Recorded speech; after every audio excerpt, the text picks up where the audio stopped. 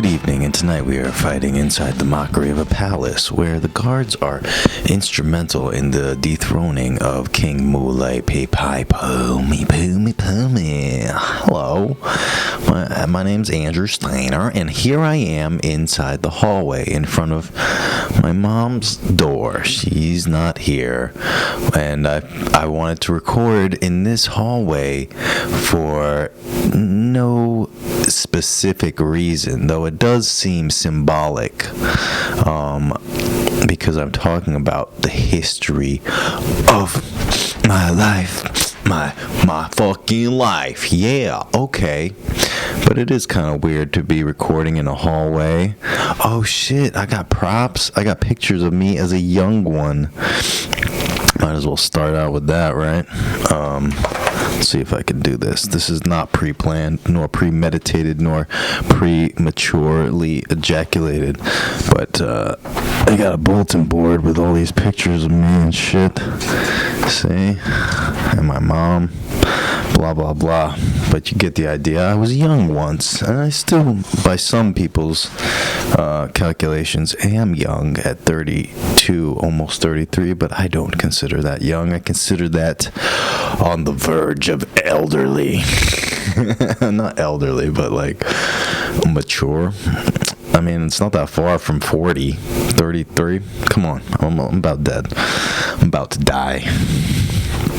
So I better make while the making is great and salubrious.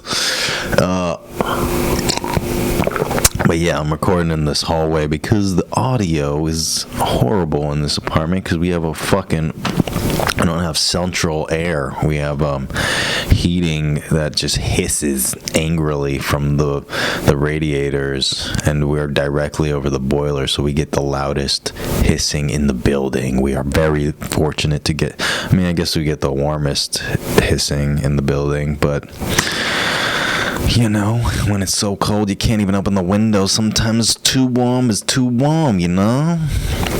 But anyway, the history of my stupid life, and it's beautiful in its stupidity, and meaningless in its complexity, and financially irrelevant in its fiduciary ignorance. Baby.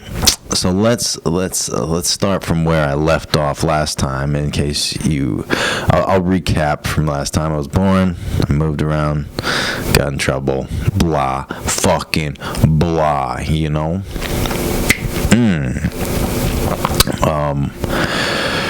And, oh yeah, by the way, I want to say Weird Ball is diversifying its topics. I don't think we're going to do too many personal episodes like this, but I want to do more like the future, a little bit of the present, a little bit of the past, you know, not just primarily historical, but like all of it. More just an exploration of time and space and reality, but a focused one. So I do want to keep it a topic per episode, more or less. More or Leslie Nielsen. Fuck yeah. Okay. So I think I last left off when I was in Seattle and got expelled, and I played with some parrots, and I got expelled for punching the principal. I'm really warm. I'm kind of regretting this hoodie with no shirt under it outfit choice right now, but I was cold. I was really cold when I put it on. Anyway. Okay, so we moved from Seattle to New York, next to a pork store called Giannucci's. And every afternoon I'd go to the pork store and say, "Mr. Giannucci, can I have a spicy Italian sausages? 6 dozen of them?" And he'd be like, "Nah, kid, get out of here. You're Jewish. Your mother wouldn't like you eating it, the pork sausage. What's the matter with you? Get out of here." And every day I'd go home, and my mom would be like, "So where were you? Why you didn't come home straight from school?" And I was like, "No, I mean, I just I saw a kid and we talked." And she'd be like, "Okay." And so I'd go to school the next day, and buck sausage, Mr. Steiner, fractions, multiplying fractions, 5/4 times 6/97,000. What is it now? And I say, Capicol, Mortadell, and she'd be like, "What the actual fuck, bro? You're crazy. You is crazy. Not pork. Not pork." And then I couldn't wait till school let out. I was like, pork. Gonna get the pork, gonna get the pork, gonna get the pork in my mouth, pork. So I walk over to Mr. Giannucci's pork store, and I say, "Hey, Mr. Giannucci, you got any fatback? You got any supersat, spicy supersat for a nice Jewish kid around the block?" He said, "Hey kid, I told you, your mother wouldn't like you eating these porks, you know? What do you want from me? You want me to make an enemy out of your mother? I don't want to. Last thing I need to make an enemy out of the Jews. You know what I'm saying?" Not really, Mr. Giannucci, but I really do like the flavor of the porcine carcass. And he said to me, "All right, here's what I'm going to do from you. If you come back with 3 liters of cocaine or 7 gallons of heroin by next Tuesday, I'll give you all the pork you want. Okay? Does that sound fair?" I said, "All right, Mr. Giannucci, I'm going to get it. I'm going to get that pork for you. I mean, I'm going to get that heroin or that cocaine. I don't even know what those is, but I'm going to do it for you because my mom never lets me pork. And I have to eat kosher, and I don't like it, okay?" And he's like, "Okay, kid, whatever you say." And then I did it. I did the thing. And he didn't think I could. And he was probably just writing me off thinking like, "Nope, there's no fucking way this kid's getting cocaine or heroin." He's 11. I was 10 at that time. So what I did was I went into Hunter's Point in the Bronx. This was before the fish market moved from the Lower East Side to Hunts Point. So there was a lot of drugs and prostitution and smuggling green mushrooms from Siam and swords with the name Gotha Mia that could put a curse on your sister's rear end and make it jiggle only back and forth and not up and down. So there was a lot of crazy shady people there, like one armed Norwegian named Season Samuelson the Seventh. Season Samuelson the Seventh was actually the first guy I saw when I went to Hunts Point. And he said, "What are you doing around here?" And I said, "I'm looking for cocaine or heroin." He said, I said, "Looking for cocaine and heroin. I'm not for a young little boy like you." And I said, "Okay, well, I need to get the pork sausage."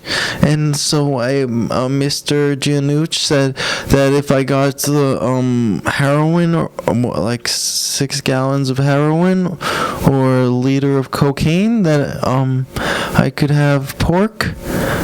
Pork? A pork sausage? I can give you pork sausage for $1. Why you not do dingy bongy grutter? And I don't know. Okay, I have $1. Give me the $1. Give me the $1. Now, little boy, here, here's a sausage. Oh my God, it's a sausage. And I ate the fucking sausage. And I left Hunts Point, but not before they shot me in the leg with a mustard-covered bullet. Just to tell me, you're a little fucking knish of a Jew, you little Reuben sandwich.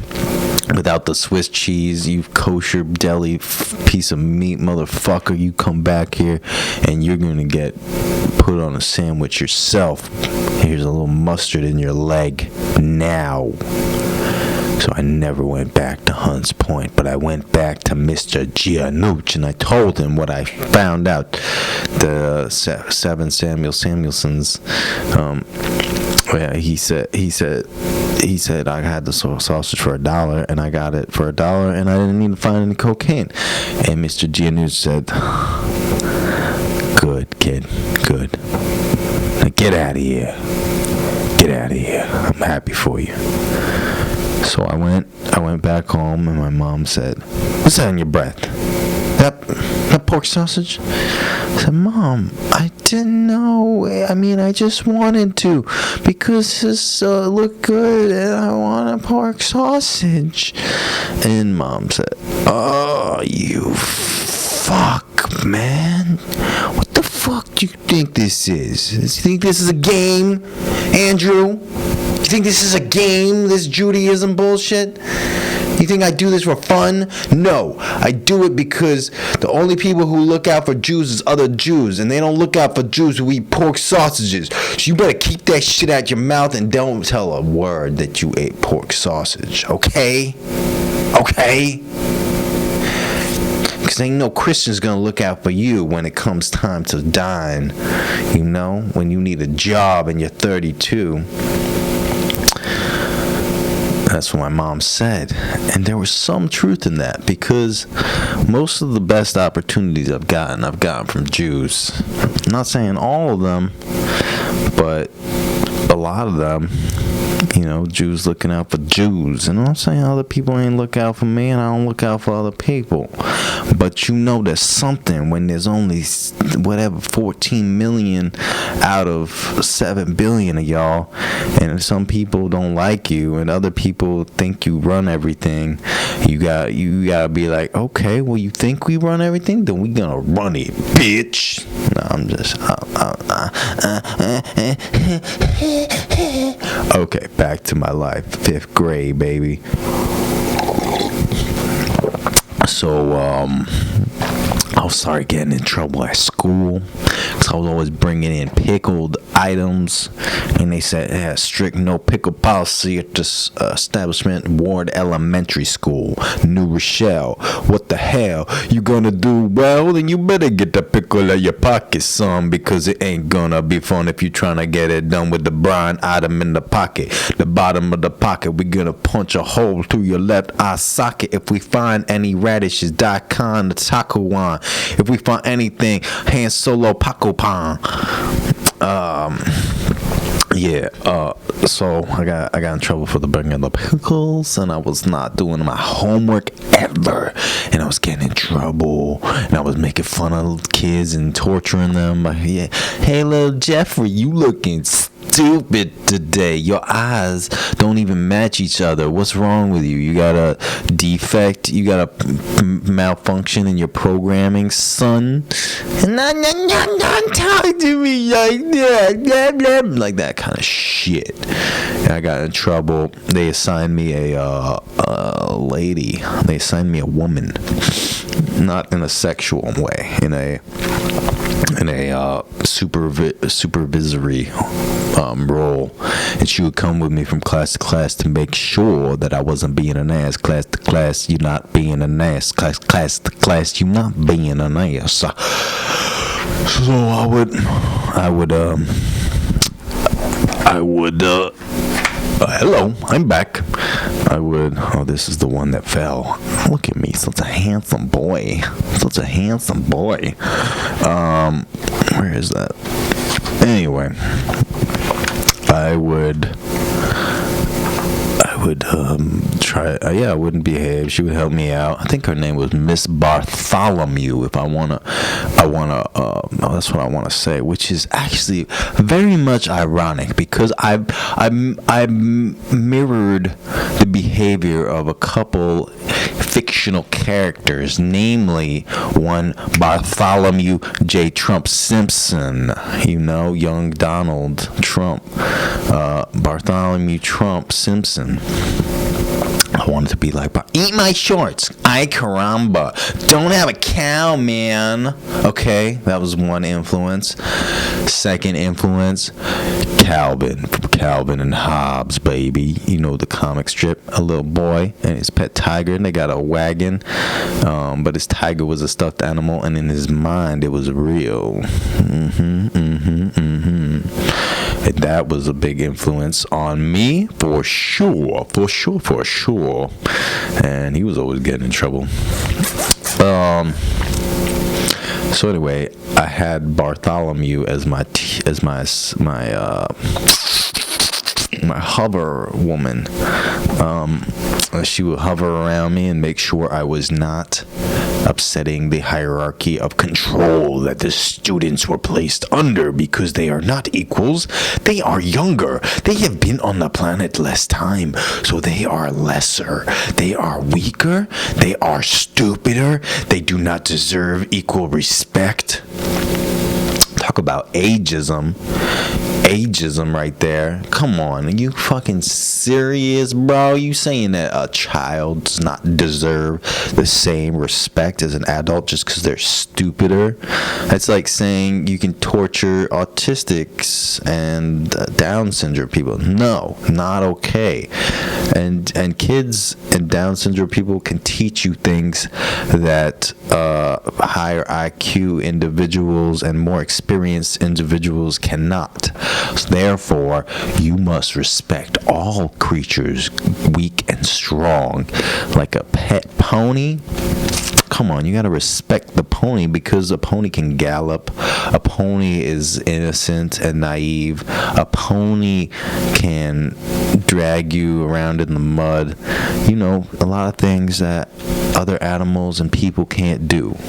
You know what I'm trying to say is I think the education system needs a complete refurbishing and renovation to stop making teachers talk down to students. And in order to do that, we need more teachers per student. We need better trained teachers.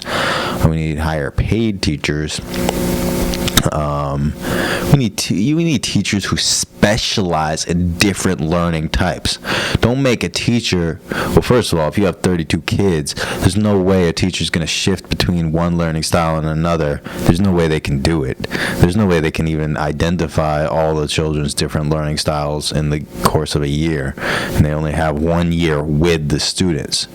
So maybe give them more than 1 year per teacher so the teachers can really adapt to each particular student and also specialize in different learning styles. Okay, that's what I'm saying. Let's reinvent this system, because right now we is floundering on the global educational front, okay, as Americans.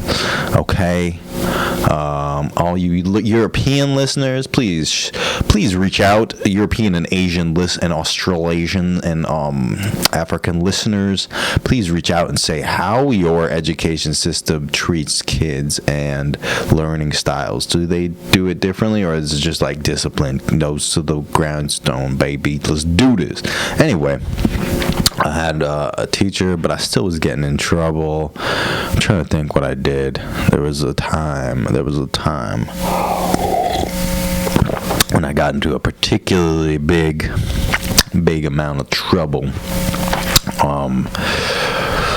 I had a crush on this girl. Her name was Serena Paladova, and she was, we were in 5th grade, and she was cute, and I was like, I like this girl. I really like her. And she didn't even like me because I wore Velcro shoes that had a logo. It had a Jewish star and a Nazi logo combined as the Raelians, which is the French fringe cult group that tried to clone a human in 2008. I had some cheap sneakers that I didn't even know were Raelian Jewish Nazi sneakers, but more importantly, they had Velcro buckles, which she didn't like, and I was just nerdy, you know. I was just like, I like you. Would you be my girlfriend?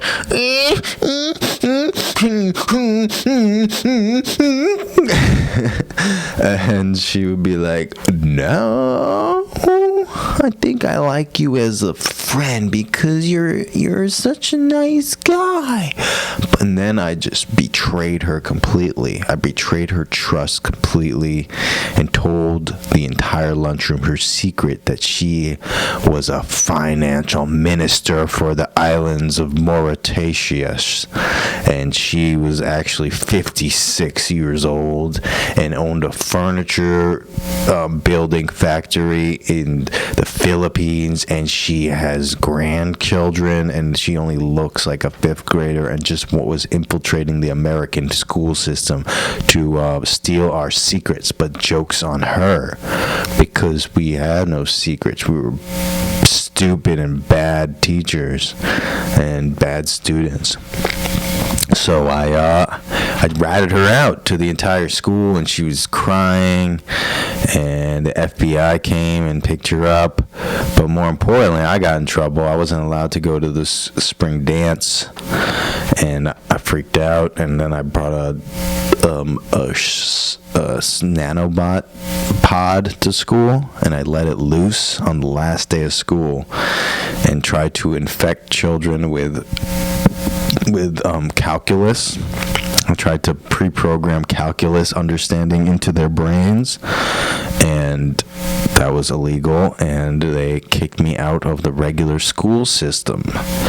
And I found myself in a special school. Special school, special school, special school, special school, special school, special school, special school, special school. Ringy, ringy, ringy, ringy, ringy, hungu. I am in the special school. I am a special fool. I am specially cool. Come on, let's all drool in the special school. I'm not doing this to be sexual and sexy. I'm doing it because I'm very warm right now, because you could hear the radiators hissing in the background, and now I'm warm as fuck. But anyway, back to the special school. Okay, this place was crazy. It was called Mora's Bible Fundamentals. Mora's Bible, and it was a state-funded institution for children who were not hacking it. You know, it was everyone from mutants with knives for ears, and people with the IQ of 3 stones piled upon each other and then fallen and then piled right back upon each other and then somehow stayed there for a while. That kind of IQ level. And yeah, it was a lot of misfits, a lot of crazy children, wildcats. Go back to episode, I don't even know, like 40 something with James Stamboni. He was one of my classmates at this Mora's Bible Knowledge Drop-In Institute. Excuse me. Excuse my thirst. Excuse my thirst and need for caffeine. But yeah, so this school, it was very interesting in that all the teachers were equipped with tasers, full SWAT gear, nano array that could shield them from our spittle or punches, and levitating boots that they can make them fly over us and look down on us, both symbolically and literally. So that was interesting. was also interesting is that each classroom only had like 10 students and 3 teachers. So that was kind of good. Like, I think that would have been great in a regular school, but not in this lockdown, remedial, intellectually deficient zone of Bible ineptitude. So it was a long 3 years, I guess, there. I was there for all of middle school, and the first day I got into my classroom, and they introduced me. Hi, everybody. This is our new student, Andrew Steiner. And I said hello, and then this one kid was like,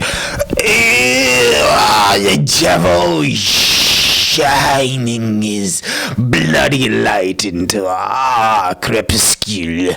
And I said, no, I'm not the devil. And another kid was like, Andrew, can you be my best friend?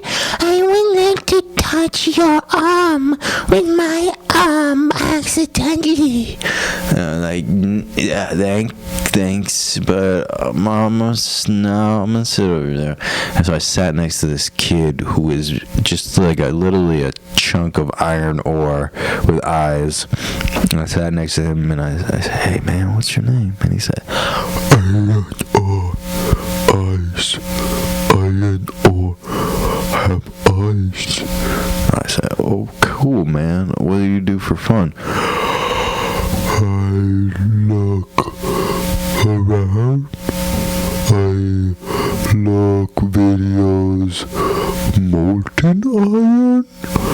I dream about being a sword. Oh man, that's pretty cool. You want to be a sword? Stop talking! I'm trying to teach you about the shape of a circle. That is the color orange, okay? Very crucial knowledge. Stop talking. Pay attention. Focus now. And Jebediah said, we are Jehovah's son in a stream of the river. Beautiful leaves on the river. I want to be a sword. You want to be a sword? Oh, well, guess what? I happen to need a sentient weapon. So maybe we can melt you down and make you into a sword. Really? I would love that. So guess what? Me and Iron Ore with Eyes, we had a play date. I'd asked his mom, Carbon, and his dad, Zirconium, if we could hang out, and they were like, yeah, sure. And my mom was like, really? A metal boy? And I was like, I don't know if he's a boy. And my mom was like, all right, fine then. And so we hung out, and he came to my house, and I tried to heat him up in the toaster, but he wouldn't fit. I just put him, like, his head in the toaster, and that didn't really work. So I was like, Mom, I really like pottery, and so does Iron Ore Eyes. And could we go to a field trip to the kilns and maybe learn how to build pottery? And my mom said, sure, let's go. And then we went. And guess what? It was amazing. We found at the temperature on which he can glow orange. But guess what? We realized we don't know how to make a sword. We fucking stupid, yo. We fucking stupid. We don't know how to make swords yet. You're crazy, yo. But in the next episode, or the next chapter of my histories of my life, I'll talk to you about how we made Iron Ore Eyes into a sword, the great battle I had with the principal of Mora's Bible School, Moratatana Nikon Mafabino Ma and other cool aspects, like when I got into high school and all that shit, baby. We'll get to it. It'll be nice. And And yeah, but so if you enjoyed this, please do subscribe to I think I'm gonna make this on YouTube only and Patreon only. The audio is gonna be available on Patreon. The video is gonna be available only on YouTube. And yeah, that's about it. Tell your friends, please rate and review and subscribe and all that shit, and tell your friends about the Weird Ball podcast, because let's make this thing beautiful and big and sexy. All right, I'm Andrew Steiner. I'm out. Have a beautiful day. Love you.